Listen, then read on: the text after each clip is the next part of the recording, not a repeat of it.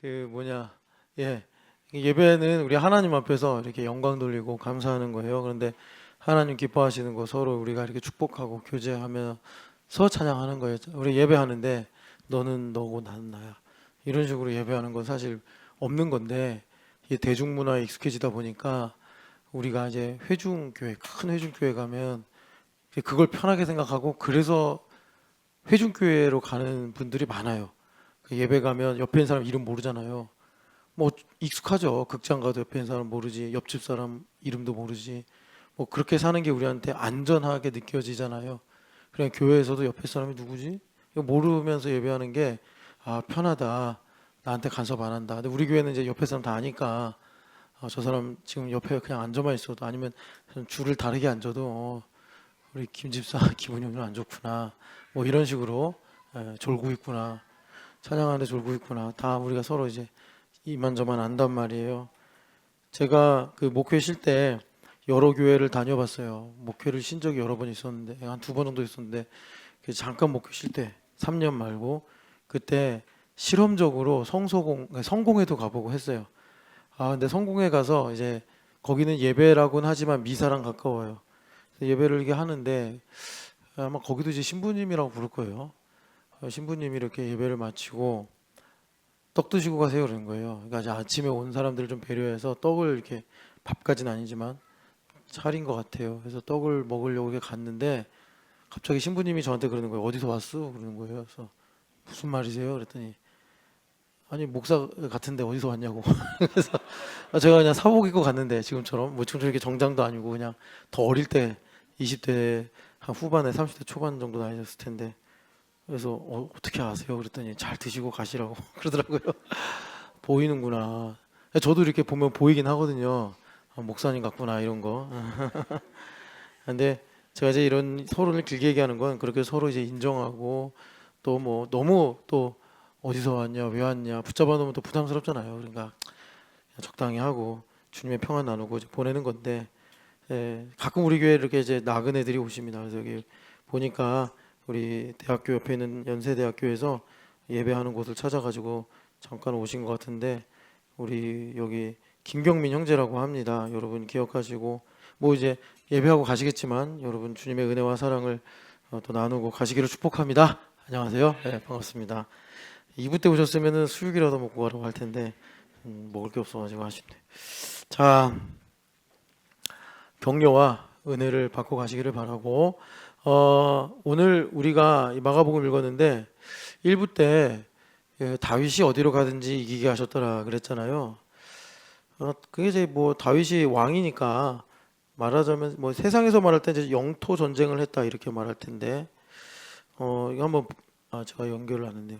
그 다윗이 그러니까 아람과 에돔을 정복하는 걸, 정복이라기보다 하여튼 굴복시키는 것을 가지고 성경에서 다윗을 이기게 하셨다 이렇게 말씀하는데, 원래 이제 그 근거가 저기 뭐냐, 아브라함한테 창세기 15장에 땅을 말씀하시잖아요.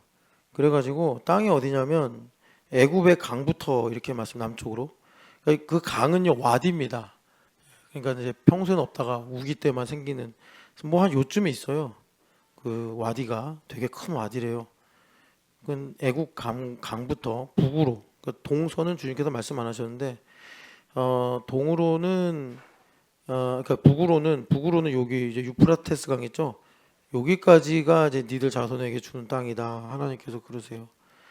아마 이제 다윗을 비롯해서 왜 또 일어나? 하여튼 다윗을 비롯해서 솔로몬까지 그 영토가 제일 넓었을 텐데, 통일왕국이었으니까. 어, 그, 어, 그때 이 땅 다 못 차지했습니다. 아시겠지만 아마 영향력으로는 여기 애굽하고 맞닿았다라고 하고, 그리고 그 북으로는 유프라테스까지 못 갔어요. 다윗이 열심히 충성해서 이제 그 뭐 전쟁을 했다고 해야 되나? 하여튼 말씀에 순종한 거죠, 사실은. 말씀에 순종했는데, 어, 여기가 이제 아람 다메섹까지 갔다고 그랬잖아요. 여기까지가 그 다윗이 영향력을 미친 최북방입니다. 그러니까 뭐 이만큼은 다윗도 가보지 못한 거죠. 예. 어, 요것이 좀 여러분들에게 중요합니다. 요것이. 그러니까 하나님의 약속이 있어요. 나에게 보여주십니다. 뭐 가령 내일 이제 연세대학교 연기현 예승영 자매가 와서 기도인도를 하는데 통일기도회죠. 우리가 시간적으로 영토 뭐 이런 지역적으로 볼 때 통일을 우리가 바라보고 기도하지만 또 우리는 엄연한 한계가 있어요. 그건 또 인정하고 가야 돼요. 이 부분에 대해서 하나님 유프라테스 강까지 주신다면서요 하면서 우리가 왜 안 주시냐고 그렇게 말하는 거는 하나님도 잘 모르고 그 사두개인들이 부활에 대해서 예수님 앞에 질문하면서 7번의 계대 결혼을 한 여자가 있는데 누구의 아내가 되겠습니까? 했을 때 예수님께서 너희들이 하나님도 모르고 또 성경도 모르니까 크게 오해했다 이렇게 말씀하시잖아요. 그러니까 우리가 하나님을 모르면 뭐 하나님 말씀하신 거 하나님 나에게 보여준 거 다 주세요 뭐 이런 식으로 얘기한단 말이에요. 그러니까 이제 다윗을 이기게 하셨다라고 할 때 하나님께서 다윗의 자유를 통해서 일하셨다 이렇게 여러분들 좀 잘 이해하시면 되고, 그래서 다윗이 이기게 하셨다라는 것을 우리가 그러니까 갈라디아서 5장 1절로 보면은 그리스도께서 우리에게 자유를 주시려고 자유롭게 하셨다 이렇게 말하니까 앞에도 자유 뒤에도 자유하니까 우리는 뭐 약간 좀 갸우뚱하거나 아니면 별 그냥 고민 없이 휙 지나갔어요. 아, 주님 자유롭게 하신다는 얘기구나 이런 식으로. 그런데 앞에 있는 자유는 뭐냐면 하나님의 뜻을 내가 이루는 자유, 그겁니다. 하나님께 영광 돌리는 삶을 사는 자유. 나를 위해 사는 삶이 아니라 하나님을 위해 사는 삶을 주신다. 그게 자유를 주셨다. 자유를 주셨다. 이것이고 뒤에 이제 자유롭게 하셨다라는 게 뭐냐면 이제 한글 성경에는 자유롭게 하시려고 자유를 주셨다 이렇게 말해서 지금 제가 드리는 말씀만 갖고 생각하면 막 헷갈릴 수도 있어요. 그러니까 앞에 자유롭게 하시려고를 for freedom 이렇게 이해하시면 돼요. 그러니까 for 뭐 liberty. 그래서 주님께서 자유를 위해서 하나님의 영광을 위해 사는 삶을 위해서 하나님의 뜻대로 살아가는 삶을 위해서 후자 우리를 set free 하셨다. 자유롭게 하셨다. 그래서 자유롭게 하신 것을 이제 다윗 왕이 그 역대상 18장에 어디로 가든지 이기게 하셨다. 이 말씀으로 보자 하면 이런 겁니다. 마침 저기 신나리 자매죠. 신나리 자매가 지금 아기 낳고 전혀 이제 운동을 안 하고 있단 말이에요. 신나리 자매가 이제 속습니다. 나는 운동하면 죽을지도 몰라. 산에 가면 나는 뭐 쓰러질지도 몰라. 뭐 그러면서 이제 그런 구속된 제한된 삶을 사는 신나리 자매를 주님께서 두려움을, 근심을 또 뭐 여러 가지 내 힘으로 살려고 하는 것들을 제하여 주심으로 신나리 자매가 그러니까 뭐 대청봉, 천왕봉을 우리 애들도 가니까 우습잖아요. 그러니까 막 K2나 막 이런 데도 올라가게 하시고 그리고 이제 뭐 몇 년 뒤에는 하프 마라톤 남편이랑 같이 뛰게 하시고 이제 그렇게도 하신다. 그러니까 우리가 이 피동성을 잘 이해하지 못하면 능동과 수동 사이에서 왔다 갔다 하면서 헷갈려요. 그러니까 이 능동이라는 게 이제 율법이라고 한다면 수동은 우리가 흔히 생각하는 이제 은혜, 뭐 공짜로 얻는 거잖아요. 그러니까 처음에 예수님을 믿기 전에는 내가 능동적으로 내가 원하는 것을 위해 내가 하고 싶은 것을 얻으려고 열심히 애쓰고 노력해. 그런데 보통 사람들이 그걸 다 원한다고 가지거나 되는 게 아니잖아요. 그러니까 교회 오는 사람들 보면은 그런 부분에서 이제 하나님의 도움이 필요한 사람들이 교회 와서 하나님께 제가 힘듭니다. 저를 좀 긍휼히 여겨주세요. 이렇게 하다가 말씀을 쭉 배우니까 은혜로 된다네. 수동적인 이제 측면을 보는 거예요. 그러면 이제 하나님께서 나에게 그렇게 원했던 걸 되게 하시겠구나. 그래서 설교를 듣다 보면 뭐 이렇게도 하리라 저렇게도 하리라 하시니까 이제 나랑 좀 이제 사연이 비슷한 성경 인물이나 그런 스토리가 나오면 이제 믿음이 막 이제 생기는 거예요. 바람 빠진 타이어에 바람을 쓰듯이 막 믿음이 생기는 거예요. 그래서 교회 일도 열심히 하고 기도도 좀 더 열심히 하려고 그러고 뭐 또 나름대로 하나님께 가까이 가보려고 해요. 그러다가 이제 또 이러는 거죠. 알고 보니까 능동이네.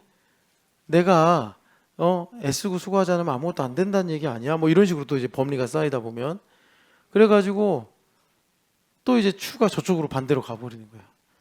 그러니까 이게 마치 그 조삼모사 같이 된다고 한다고 그랬다가 안 된다고 그랬다가 된다고 그랬다고 했다가 안 된다고 그랬다가 하나님 왜 이렇게 하다가 저렇게 하다가 이렇게 하다가 저렇게 하다가 하십니까? 그러니까 우리가 이제 그런 생각에 갇힐 수가 있어요.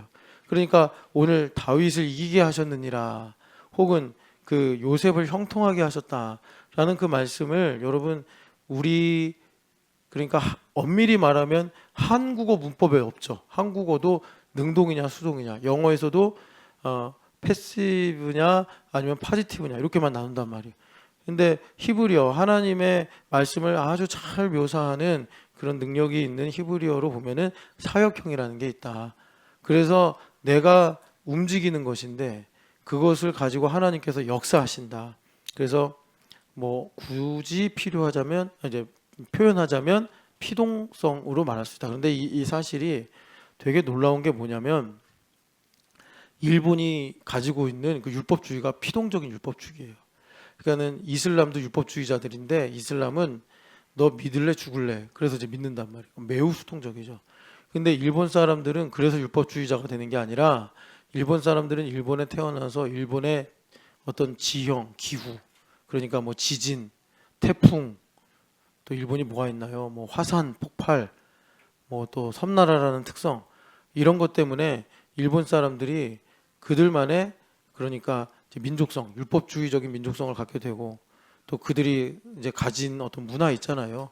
저기 막부시대로부터 흘러내려온 우리가 일본 선교 하려니까 그런 것들을 샅샅이 보는데 이제 이런 것들을 통해서 그 실제로 일본 사람들이 그런 말을 합니다. 당신들은 왜 이런 특징이 있습니까? 그러면 우리는 그렇게 살도록 지음받았다고 안 하고 뭐라 그랬더라? 되어졌다라고 하나? 이제 그렇게 돼요. 예. 그런 게 이제 어떻게 보면은 복음하고 상당히 유사하지만 자기 중심이란 추구를 가지고 세워진 피동적인 삶이요. 우리는 그러니까 복음을 중심으로 하나님을 위하여 살아가는 피동적인 그 은혜를 누리고 사는 거죠. 그래서 하나님께서 우리를 자유롭게 하신다. 예수님께서 우리를 자유롭게 하신다는 건 뭐냐면 온유가 분명히 주께만 하는데 한계가 있는데 주께만 하면서 동료들의 격려와 선배들의 도움을 받으면서 이번 여름에는 온유야 일어나라 그래 온유가 그러니까 이제 아우니치 가서 섬진강도 걸어보고 그리고 이제 뒤에 있는 형제봉도 올라가 보고 하기 싫은 것도 참아보고 그러면서 온유의 자유의 캐파가 넓어지는 겁니다.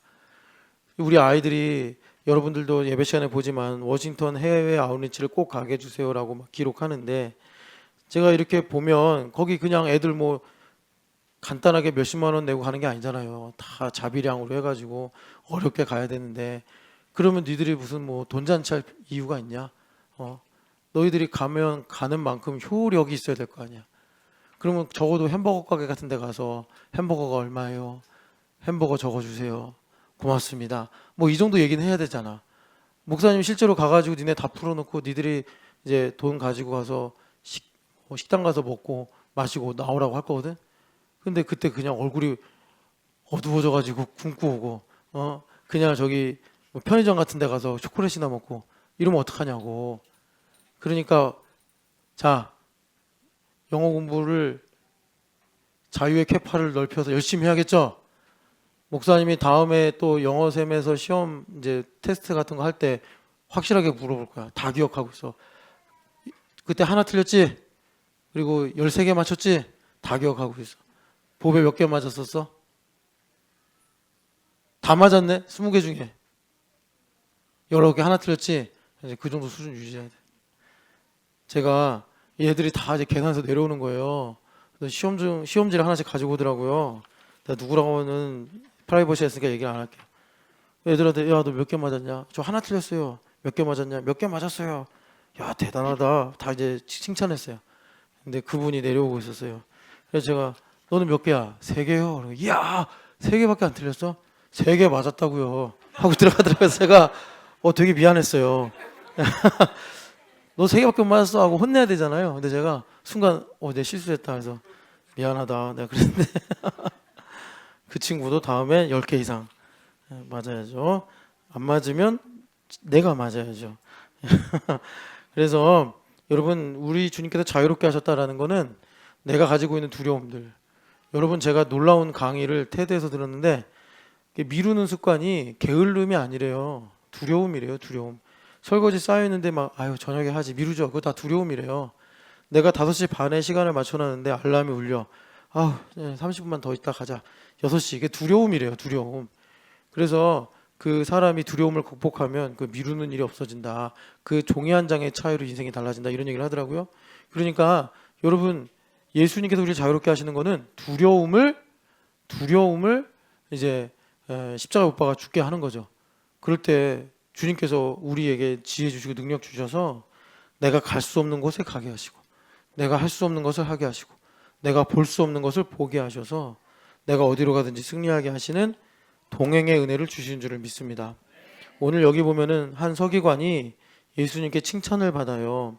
칭찬을 받는데 서기관이 참 지혜로운 서기관이에요. 그래서 예수님께서 34절에 너가 지혜가 있다 이렇게 보셨다고 하는데 여러분 이 말씀은 마태복음, 누가복음, 마가복음 다 버전이 좀 다르다는 거 여러분 아실 거예요. 마태복음에서는 그 율법 교사가 예수님을 시험하려고 질문한 것이 성경에서 가장 큰 계명이 무엇입니까? 이렇게 물어봤어요. 그러니까 아무래도 이런 대화가 예수님께서 한편으로는 랍비로 불리우셨으니까 여러 번 이런 질문들이 있었던 것 같아요. 그래서 마가복음에서는 서기관이 예수님을 시험하려고 하는 것이 아니라 이 바리새인들 서기관들의 참 그 대척점에 있는 유대 사회에서 뭐 좀 원앙 그 견원지간이다라고 할 수 있는 게 사두개인들인데 이 사두개인들은 세속주의에 물들어서 그러니까 로마와 손잡고 아니면 헤롯 가문과 손잡고 부와 권력을 이제 공유하는 사람들이에요. 이 서기관과 바리새인들은 반대편에서 이제 대중의 지지를 얻으면서 그러니까 영향력을 가지고 있는 사람들인데 이 사두개인들은 그래서 그런 거죠. 부활도 안 믿고 영도 안 믿고 뭐 이런 하나님의 이제 그 이성을 초월하는 이런 역사를 믿지를 않아요. 그래서 여러분 마가복음 12장 이 우리가 읽은 본문 전에 사두개인들이 부활이 있냐 바리새인들이 그렇게 부활이 있다고 주장하고 사람들을 미혹하는데 이제 랍비인 예수님 그 당시 가장 주가가 높은 랍비인 예수님께 부활이 없다라는 걸 자인하게 하자 해가지고 예수님 앞에 상당히 곤란한 질문 하나 만들어서 이제 예수님을 공격을 한 거죠. 근데 결론은 니들이 얼마나 무식한지 아냐 해가지고 24절 보면은 성경도 모르고 하나님의 능력도 모르니까 이런 거 아니냐 해가지고 완전히 그냥 사두개인들의 민낯이 다 드러나 버린 거예요. 얼마나 창피해요. 이 사두개인이란 이름이 그 다윗 시대의 대제사장으로 섬긴 사독의 후예다라는 이름이에요. 예수 그리스도를 따르는 사람들을 크리스찬 이렇게 부르듯이 사독의 라인이다. 자부심이 있는 거죠. 그래서 자기들을 사두개인 이렇게 부르는 사람들인데 그러면은 성경에 대해서 참 남들보다 더 잘한다 이런 이제 자부심이 있는 건데 예수님께서 아이고 이 무식한 녀석들 해가지고 다 드러내버린 거예요. 그러니까 참 옆에 있는 바리새인들이나 서기관의 입장에서는 아주 깨소금 같은 일이죠. 저 녀석들 얼마나 성경을 모르는지 드디어 우리 랍비 예수님께서 드러내셨구나.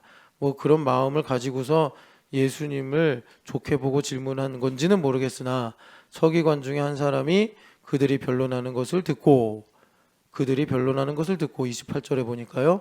예수님께서 잘 대답하셨다라고 생각해서 예수님께 모든 계명 중에 첫째가 무엇입니까? 라는 질문을 하는 데서 오늘 우리가 읽은 32절부터 34절의 말씀이 시작이 됩니다.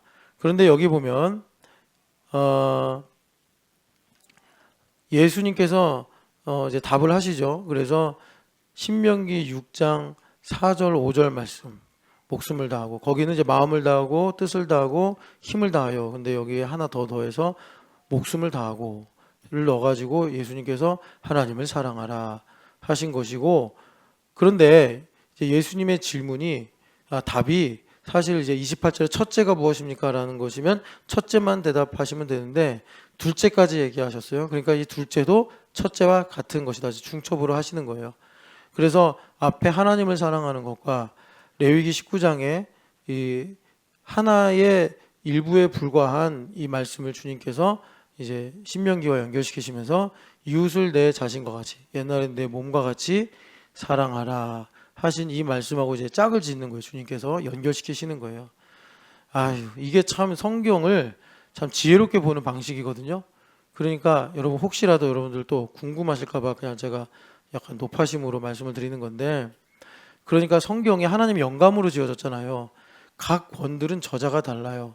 그러니까 뭐 시대도 다르고 배경도 다르고 내용도 달라요. 그렇다고 해서 각 권을, 그러니까 이성을 중심으로 성경을 연구하시는 신학자들처럼 다 토막 내면 안 된단 말이에요. 디모데후서 3장 10절에 분명히 성경의 저자는 성령 하나님이라고 그러세요. 성령 하나님의 감동으로 지어진 거다. 그러니까 시대가 다르고 내용이 다르고 사람이 다르지만 성령 하나님께서 공간과 시간을 초월해서 원저자로 이 성경을 쓰신 분이란 말이에요. 마치 우리 몸이 한 몸이듯이. 발과 손이 다른 건 당연하죠. 손을 발로 쓸 수 없어요. 그러나 한 몸으로 연결됐으니까 각자 역할을 하면서 유기적으로 기능을 하는 거예요. 연결돼 있죠. 그래가지고 성경이 사실은 우리 성도들이 하나가 돼서 다 교통하듯이 코이노니아로 연결되어 있듯이 성경 말씀도 창세기부터 계시록까지 다 연결되어 있단 말이에요. 유기적으로 흘러가고 있단 말이죠. 몸처럼. 그런데 워낙 이걸 이제 이성으로 생각하면 도저히 우리가 그런 모든 맥락을 알 수 없기에 이걸 이제 편의상 뭐 이렇게 이제 토막 내가지고 사람들이 본단 말이에요. 근데 이런 빈틈을 여러분 아시겠지만 뭐 이런 얘기를 가지고 뭐 그들이 고소도 하고 뭐 괴롭힌다고 하더라고요. 하여튼 그 요즘에 유행하는 이단 중에 하나가 짝교리다 그래가지고, 여러분 실제로 거기 가서 들어보면, 제가 10년 전에 이제 기독신문 아니야 국민일보에서 그 여러분 기억나시는지 모르겠는데 신천지 뭐 대처법 해가지고 제가 했잖아요. 그런 것들로 제가 이제 살펴보니까 문법에도 안 맞아, 맥락에도 안 맞아, 논리에도 안 맞아. 그런 것들을 그냥 단어만 맞으면. 근데 여러분 제가 계속 여기 이제 성경 볼 때마다 여러분 여기 밑이면 풋노트가 있습니다. 뭐 원어로는 직역하면 이런 것입니다라고 설명드리는 이유가, 그 분들이 그냥 한글로 번역된 거 그걸로만 이렇게 이제 연결을 해가지고 자기들이 유리한 교리를 만들어가지고 사람들을 이제 현혹을 하는 거예요. 근데 그거 영어로만 보면 아니라는 거 아는데, 그리고 이제 목사님의 지도만 받으면 아 이게 연결된다는 거 다 모르고 저러는 거구나. 그러니까 금방 알 수 있는데, 이제 사람들이 그냥 자기가 필만 받으면 자기 마음에만 들면 진짠가 보다 이렇게 또 생각하고, 또 이게 참 아픔인데 여튼간에 그래요. 그래가지고 그래요. 그래서 또 어떤 분은 그러더라고요. 성경에 짝이 어디냐 막 그러더라고요. 또 어떤 교수님이 또 나와가지고 성경 그렇게 묵상하는 게 아니다. 아니 성령 하나님께서 쓰신 거라니까. 사람은 다르지만 여러분 어떤 한 사람이 이제 뭐 요즘 우리 아이들이 읽는 토지 같은 대하 소설, 예. 그러면 토지 1권하고 5권하고 다 연결된단 말이에요. 새로운 등장인물이 나오든 새로운 스토리가 시작이 되든 간에. 그러니까 우리가 성경을 좀 지혜롭게 봐야 되는 시대적 요구가 있는데, 그래서 여러분 여기 사두개인들처럼 예수님 앞에 나중에 너가 성경도 모르고 하나님의 능력도 모르니까 지금 그런 말 하고 있는 거 아니냐 이런 이제 핀잔 받지 마시고, 여기 보니까 주님께서 이제 그렇게 대답을 하시는 거예요. 이웃을 사랑하라. 그랬더니 서기관 이분이 참 은혜를 받았어요. 그래서 아 선생님 말씀이 옳습니다 이러는 거예요. 그러면서 하나님은 한 분이시오 그 외에 다른 이가 없다 하신 말씀이 참이니이다. 그러니까 이 말씀이 아까 사랑을 포함하는 성경 구절의 시작이 되는 거죠.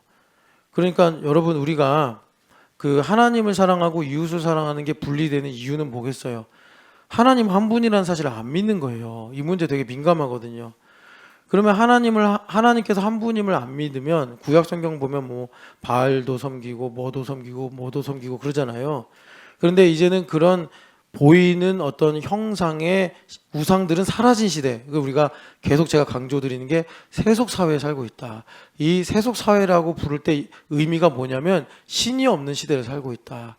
그래서 예수님께서 괜찮아 나도 진작에 예수님께서 말씀하신 게 뭐라고 그러셨냐면 세속 사회를 내다보시면서 두 주인을 섬기면 안 된다. 그래서 하나는 여호와 하나님, 하나는 만몬신이라고 그랬단 말이에요. 그러니까 오늘날 우리 이제 우상 숭배의 문제가 뭐냐? 그러니까 뭐 배금주의 같은 거고, 아니면은 이제 디모데 전후서를 보면은 아니죠. 디모데 전서인가? 예, 맞네. 디모데 전서를 보면은 내 자기 중심이 신이란 말이에요. 내가 신. 그래서 세상에 나가면 진리가 없다 그러잖아요. 진리 다 없다. 진리가 있긴 뭐가 있냐. 그러면서 우리한테 어떻게 속이는 거죠? 그 말을 하는 자기가 진리란 말이에요. 자기가 진리라고. 아주 무시무시한 말을 하는 거죠. 그러니까 우리가 이제 뱀처럼 지혜롭게 우상 숭배가 뭐냐 이걸 잘 알아야 되는데, 그래서 여기 먼저는 하나님 한 분이시요. 그래 내 마음이 하나가 되면, 두 마음을 품지 않고 하나가 되면 성령의 교회를 통하여 우리에게 주신 음성을 잘 들어요. 그러니까 사람들이 이게 교회를 다니면서 뭐 도대체 무슨 말씀하시는지 모르겠다 그러면, 물론 이제 설교도 사람들이 알아듣게 잘 해야겠지만, 여러분 내 마음이 문제예요. 내 마음이 둘이니까 이렇게 말하면 저렇게 듣고 저렇게 말하면 이렇게 듣고 이렇게 되는 거예요. 이걸 하면은 저걸 하고 싶고 저걸 하라고 그러면 이렇게 또 변명하고. 그러니까는 우리 시대는 이제 주님께서 마음을 원하시고 또 마음에 계신다 그러잖아요. 그래서 하나님은 한 분이시오. 이렇게 주님께서 이제 말씀하신 것을 서기관이 재인용하고, 그리고 여기서 제일 중요한데 하나님을 사랑하는 것과 이분이 이제 한 걸음 더 나가는 거예요.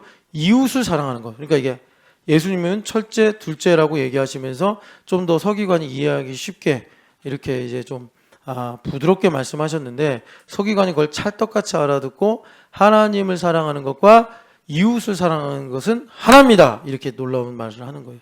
그러니까 예수님 깜짝 놀라신 거예요. 그래서 칭찬으로 너가 하나님 나라에서 멀지 않다. 이렇게 말씀하신 거예요. 자, 그러니까 여러분 우리가 이 사실을 알아야 돼요. 자, 마음을 다하여. 자, 그리고 뭘 다해? 지혜를 다하여. 힘을 다하여. 그러니까 여기서 힘이 절반만 있으면 안 돼. 마음도 3분의 2가 아니라 이걸 다하여. 예. 뭐 전인격이다 뭐 이렇게 말해도 되고, 다하여. 힘을 다하여. 하나님을 사랑하는 거예요. 그러니까 하나님은 우리가 거래의 대상이 아니잖아요. 그러니까 우리 마음을 다하여 사랑해야 돼. 예원아, 하나님은 마음을 다해 사랑해야 돼. 예배 언제 끝나나? 예배 빨리 끝나서 공부하고 싶다. 너 아까 전에 공부했어? 그러면 안 돼. 그때는 공부하지 말고 놀아. 김 목사님하고 놀고 현빈님이랑 놀고 놀아. 여기 꼬맹이들이랑 놀고. 알겠어? 그때 공부하는 거 아니야. 알겠지? 네가 이제 내일이 시험이니까 애가 타는 것 같은데, 자, 하나님을 마음을 다해 사랑해야 된다고. 마음을 다해서 사랑해야 돼. 에어컨 바람이 시원한가? 다들 이렇게 신선 노름을 하고 계시네. 자, 하나님을 힘을 다하여 사랑해. 근데 여러분 아시겠지만 내 새끼도 내 힘을 다해 사랑 못 하잖아요. 얼마 전에 우리 허윤실 공동체가 아야진으로 놀러 갔다 왔잖아요. 근데 제가 이것도 프라이버시로 얘기 안 하겠습니다. 그 중에 아기가 3명 있는 집이 있었어요. 아기가 3명 있는 집이 있었는데 아내분이 그랬대요. 나 갔다 와도 돼? 침묵. 가지 말까? 남편분이 고개를 돌리고 그냥 이랬대요. 가라는 말을 못하고, 그렇다고 가지 말라고 하자니 자기가 이전에 양양에 갔다 온 추억이 있어서 참 어쩔 수 없이 다녀오긴 하셨다고 하는데, 마음을 다해 사랑 못해. 마음을 다해 사랑하면 얼마나 좋아요. 3명의 딸과 그냥 막 정신없이. 그전에는 아내가 있으면 반반 나눠서 사랑해도 되지만 아내가 없으니까 그냥 with all my heart, with all my strength 자들 사랑할 수 있는데, 이렇게 우리가 그런 존재예요. 우리 힘을 다해 사랑 못한다고. 힘을 다해 사랑 못하는데 하나님의 은혜가 있죠. 자, 이거하고 이 서기관이 참 대단한 말을 한 거예요, 여러분. 이거 같은 게 뭐냐? 이게 성경에 이제 법리를 안 거죠. 이 사람 아직 구원 안 받은 거예요. 그러니까 예수님께서 하나님 나라와 가깝다 이렇게 말씀하신 건데, 뭐냐면 이웃을 사랑하는 건데, 이웃을 사랑하는 건데 어떻게 해요? 이웃을 내 몸과 같이, 내 자신과 같이. 저는 내 몸과 혹은 뭐 자신, 근데 자신 하면은 약간 좀 추상적이 되는 것 같아서 내 몸과 같이 사랑하는 것이다. 이게 그러니까 내 이웃을 내 몸과 같이 사랑하면 이게 이루어지는 거예요. 이게 이루어지는 거예요. 그래서 우리 교회는 자, 정찬현, 닭이 먼저야, 달걀이 먼저야? 까먹었어? 얘들아, 구원 좀 해줘라. 정찬현 좀. 담비야, 닭이 먼저냐, 달걀이 먼저냐? 우리 교회는. 달걀인가? 그지? 달걀이 먼저라고, 달걀. 그러니까 정찬현이 교회 와서 얼마나 신나게 노느냐? 정찬현은 지금까지, 아직까지는 놀아도 돼. 신나게 놀면, 정찬현 믿음 대단하다. 어제처럼 자전거 타고 신나게, 어제 자전거 타니까 기분 좋았지? 자전거 타고 신나게 놀면 정찬현 믿음 최고. 자전거 타자 그러는데 아우 더운데 목사님 이렇게 날씨가 습도가 높은데 비가 오면 어떡하려고 자전거를 탑니까? 그러면 믿음이 꽝이야 꽝. 그런 거예요. 너희들 연습 열심히 할 거지? 그래서 지금 이제 언더독이 반란을 일으켰잖아. 너네들 온유 무시했지? 막 산에 가려고 그러면 막 안 간다 그러고 그래서 교회에서 잔다 그러고 막 울고 그래가지고 온유 쟤 어떻게 주말 캠프 하나 그랬는데 어제 자전거로 거의 10km를 달렸단 말이야. 대단하지? 온유 신성원 온유한테 지면 안 돼. 질 수 없지? 아버지한테 아버지 저 사이클 사주세요 그래. 로드 바이크 사주세요. 그러니까 저기 뭐냐 예. 그래서 우리 교회는 이 달걀이 중요하다고 달걀. 이게 복이에요. 그래서 이웃을 내 몸과 같이 사랑하라가 되면 이것이 하나님을 마음을 다해 지혜를 다해 힘을 다해 사랑하게 되는 거예요. 그래서 하나님께서 이런 나를 통해서 어떻게 하시는 거예요? 이기게 하시는 거예요. 형통케 하시는 거예요. 여러분, 자 그러면 이게 문제잖아요. 우리한테 이게 문제잖아요. 이게 자 방금 이제 찬현이가 이제 중학생이 됐어요. 찬현아 목사님이랑 자전거 타러 한강 가자.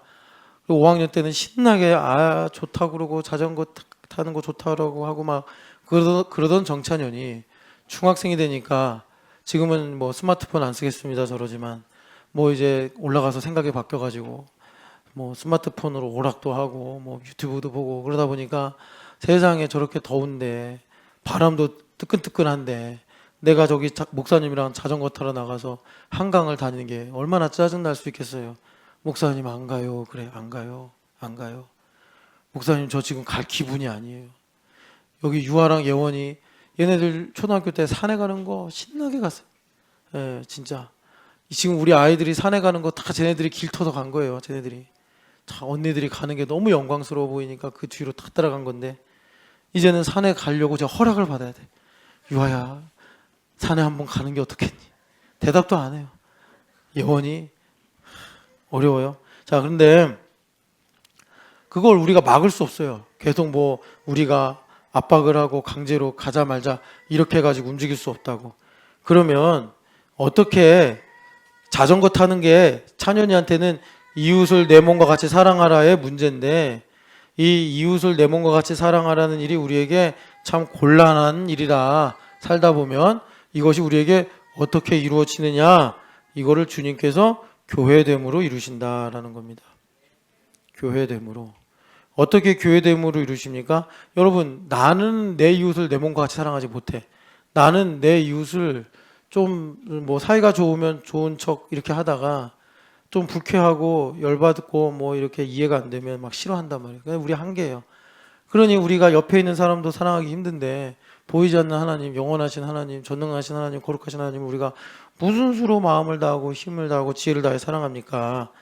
말이 안 되는 거지. 그러니까 우리가 얼마나 참 곤란한 이 종교를 믿고 따르는 거냐고. 차라리 3,000번 저기 나가서 절하면은 뭐 열반을 이르든지 해탈을 하게 되는 불교가 편하지. 기독교는 먼저 불가능을 말한단 말이에요.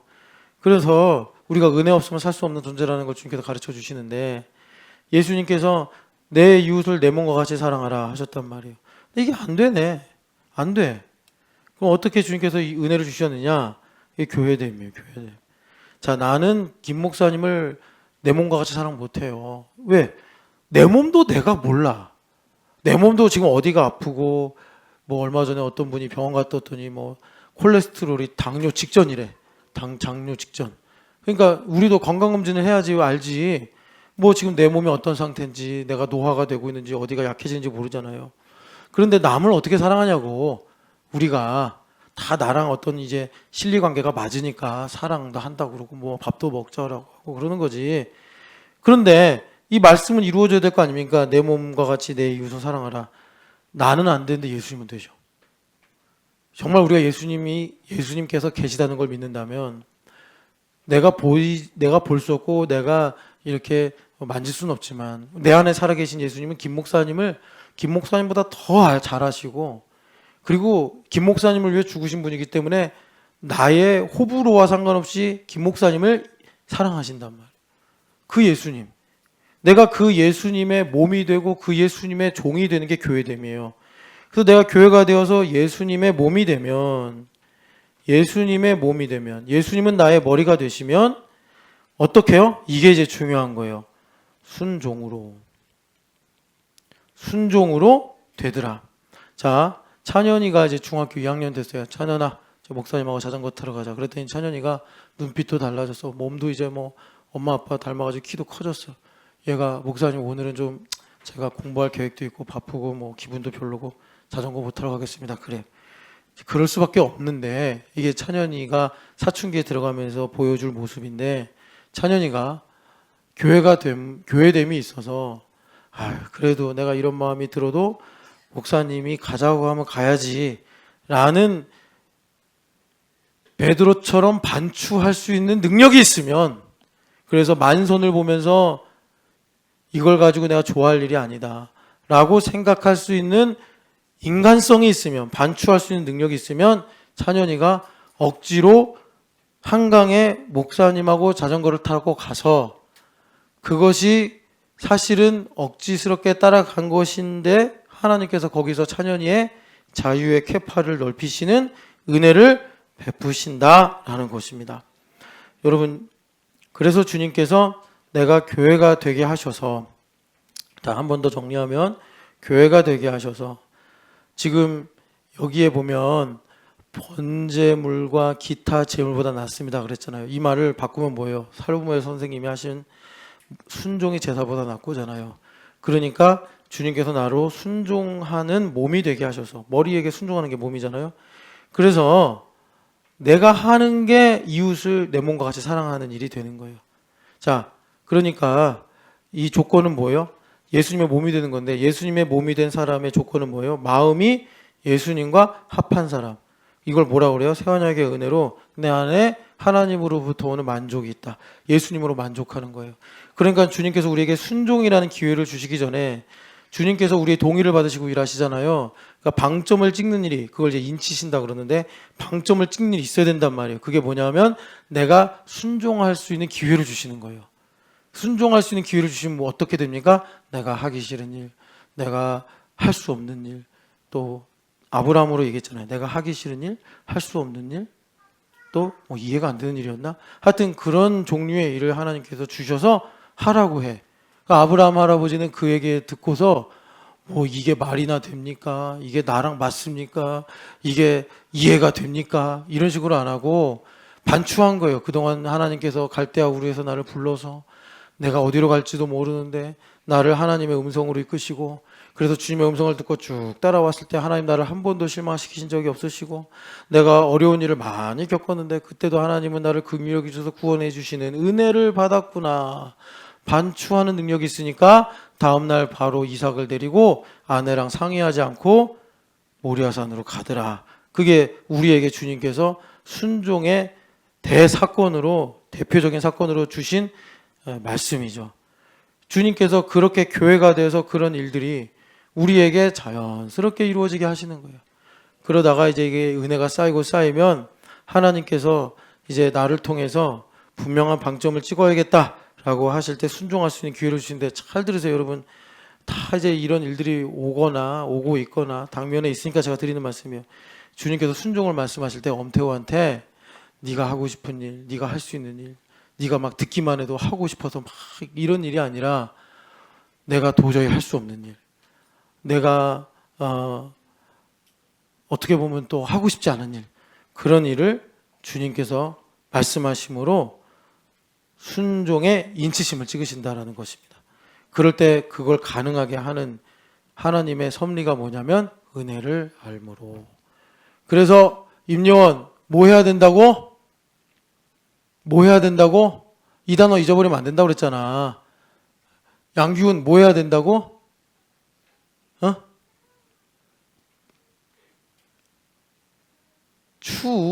뭔 추? 반추 해야 된다고, 반추. 반추 해야 된다고, 알겠어요? 너 손바닥에다 써, 반추. 잊어버리지 말고. 엄마가 옆에서 준다. 손바닥에 써, 반추. 정유아, 너 다음 주에 기습적으로 물어볼 거야, 목사님이. 반추를 하는 거예요. 그럴 때 우리 안에 하나님을 향한 사랑이 충만하게 임하게 되는 것입니다. 자, 마지막으로 하나만 더 정리해서 말씀드리면 이런 거예요. 자, 사랑합니다. 사랑해요. 근데 여러분, 우리가 누구나 사랑할 수 있죠? 누군가를. 자, 그런데 여러분, 뭐 이거는 이제 문학에서나 철학에서도 이미 여러 번 검증이 된 얘기이기 때문에 새로운 얘기가 아니에요. 우리가 1차적으로 사랑하는 거는 내가 좋으니까 사랑하는 거지, 내가 좋지도 않은데, 그러니까 나한테 유익이 없거나 나의 필요를 채워주지도 않는데 사랑 안 합니다. 그러니까 처음에는 다 내가 좋아서, 내가 원하니까, 갖고 싶으니까 사랑하는 거예요. 그런데 그 사랑이 자라요. 시간이 지나가면서 자라면 뭐 세상 말로 말하면 진심으로 사랑하게 돼. 그러니까 이제 그 사람이 잘 되길 바라는 거예요.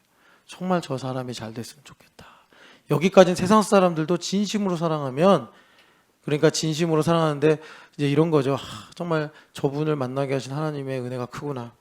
그렇게 사랑하게 되면 깨달아요. 내 힘으로 저 사람을 그만큼 사랑할 수 없구나. 처절한 절망을 경험합니다. 사실 그래서 부모가 된다는 건 그 절망의 길들을 복으로 누리고 살아가는 거예요. 그러니까 부모에게 가장 가슴 아픈 게 뭐겠어요? 명주 형제가 아무리 하늘이 하랑이 하온이를 사랑해도 하늘이 하랑이 하온이를 죽을 때까지 끝까지 못 지켜요. 분명한 거는 쟤네들이 한 절반쯤 살았을 때, 하랑이는 뭐 한 40? 그러면 하온이는 한 30대 초반? 뭐 그 정도 나이 차이가 되나? 그때쯤 되면 빠이빠이 해야 된단 말이에요. 명주 형제가. 그때쯤 가야지. 그보다 더 오래 살면 힘들게 하는 거니까. 애들이 아빠 좀 이제 씻고 다니세요. 막 이런 얘기 들으면 얼마나 힘들게. 그러니까 젊을 때 힘 있을 때 열심히 사랑하다 빨리 가는 게 제일 좋아요. 민폐 안 주고.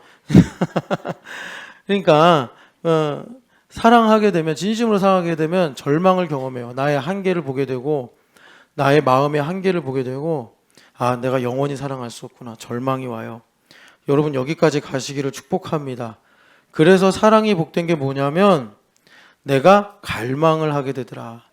이 갈망을 하는 거는 나를 위해서 갈망하는 게 아니라 정말 내가 가지고 있는 이 작은 조각 같은 이 사랑이 정말 영원했으면 좋겠다라는 마태복음 5장 3절 말씀에 심령이 가난해지는 거예요. 그럼 이 갈망에 대한 답은요, 딱 하나밖에 없어요. 예수 그리스도밖에 없어요. 어디도 이것을 해결해 주겠다고 정답을 말하는 사람은 세상에 없어요. 예수님밖에 없어요. 내 자식을, 혹은 내 아내 남편을, 내 부모를, 혹은 내가 어떤 사모하는 인생의 가치나 신념을 완전하게 이루어 주겠다고 하는 분은 예수님밖에 없어요. 그래서 여러분 있으면 가져와요. 있으면 내가 그러면은 진짜인지 아닌지 볼 테니까. 근데 없어요. 없어. 그런 사람. 신이 아니면 그런 말을 할 수가 없고, 사람이 신인 척하면 미친 사람이니까 그건 말을 들을 필요도 없고. 그래서 예수님께서 이 문제를 해결해 주시기 위해, 참 우리가 이것을 그래서 간과하면 안 되는데, 우리가 참 거저받은 거는 간과하기가 쉬워요. 그래서 아까 말씀드린 대로 주님께서 친히 우리 안에 계셔서 나와 교회라는 관계를 이루시는 거예요. 이것이 머리와 몸이다. 이렇게 말씀드리는 거예요. 머리와 몸이다. 자, 이렇게 되면 김명준 형제가 하랑이랑 노는 단편적인 시간들이 김명준 형제에게 영원한 순간이 돼요. 영원한 순간이. 영원한 순간이 되면 명준 형제가 세상에 어떤 일을 만나도 두려워하지 않아. 그게 하나님으로부터는 지혜와 믿음과 용기가 되는 겁니다. 정말 여러분, 제가 여러 가지 이제 메시지가 아마 그 청소년 불가일 거예요. 그 아메리칸 뷰티라고 옛날에 유명한 영화가 있었잖아요. 거기 보면 한 남자가 이제 40살이 돼가지고 몸짱이 된다고 막 근육 막 운동하고 막 그러잖아요. 그러다 나중에 총에 맞아 죽잖아요. 총에 맞아 죽으면서 내가 찾던 것이 몸짱이 아니었구나. 그래서 씩 웃잖아요. 그러면서 그 사람 머릿속을 보여주는데 그게 뭐예요? 자기 아이들하고 어렸을 때 한참 재밌게 놀던 그런 순간들이었단 말이에요. 그게 이 복음을 가리키는 건 아니지만 우리가 예수님의 몸이 되어 살게 되면 좋은 일이든 슬픈 일이든 그 가운데 하나님의 뜻이 분명히 나타나서 나에게 하나님께서 주신 영원한 순간이 무엇인지를 알게 되고, 그래서 우리로 주님께서 자유의 캐파를 넓히시는 일이 되는데, 교회가 된다는 걸 예수님께서 복음서에서 계속해서 뭐라고 말씀하시냐면, 예수님께서 나의 가족은 누구냐? 나의 어머니, 나의 동생은 내 말을 듣고, 이 듣는 게 머리 몸이 되어가지고 이루어져 버렸단 말이요. 그리고 행하는 자다, 이렇게 말씀하세요. 이게 교회가 되면 된다고. 찬현이처럼 찬현아 자전거 타러 가자. 네. 온유야 자전거 또 타러 갈래? 아, 이 교회 되면 교회. 애들이 이게 조금씩 교회됨을 먹어서 장차 전온유의 인생은 왜 전온유인가? 얘가 생각하고 찾아서 전온유가 자신의 한계, 전일중과 차정은의 아들로 태어난 한계. 그러니까 전일중과 차정은의 아들로 태어난 건 얘에게는 어떤 면에서는 플러스도 있지만 이 아이가 하나님의 일꾼으로 자라가려면 그걸 넘어가야 된단 말이에요. 그러니까 그게 한계가 된다고. 얘가 그걸 넘어가야 자유로운 인생이 돼서 부모를 공경하고 하나님을 경외하면서 믿음으로 살아가게 된단 말이에요. 그 자유롭게 하심을 예수님께서 이루어 주시는 거예요. 물론 일준 집사나 차정은 집사도 온유를 진심으로 사랑하고 섬기겠지만 진심으로 사랑한다면 절망을 느낄 거예요. 아, 나의 한계가 여기까지구나. 온유가 이제 한 8살 됐으니까 느낄 때가 됐어요. 그러니까 이제 이 아이가 나중에 자라게 돼서 이 문제를 미루면 엄마를 원망하고 아빠를 원망할 수밖에 없단 말이에요. 그렇게 잘해줬는데도. 왜? 나를 가두는 한계 틀이 돼버리기 때문에. 그래서 온유가 교회가 되어서 하나님의 일꾼의 정체성을 갖고 살아가게 되면 예수님의 말을 듣고 행하는 것이 이 아이의 인생의 백본이 돼가지고 주님께서 자유를 위하여 자유케 하신다라는 그 복이, 성령 하나님의 능력이 임하게 되는 것입니다. 그래서 여러분 오늘 이 서기관에게 임한 이 지혜가 여러분들에게 임하기를 축복하고, 더불어 너가 조금 있으면 하나님 나라가 임하겠구나 하셨는데 우리는 이미 임했잖아요. 흔들리지 않은 하나님의 나라를 받았잖아요. 그러니까는 여러분 이 모든 것이 하나님의 통치예요. 하나님의 통치로 반복되는 것도 있고, 그래서 하나님의 통치, 하나님 나라 가운데 들어갔을 때 하나님께서 이것을 통해서 우리에게 자신의 뜻을 이루시더라라는 것입니다. 여러분 하나님 나라를 가까이 하시고 하나님 나라에 머무시기를 축복합니다. 자, 우리 같이 일어나서 찬양하겠습니다.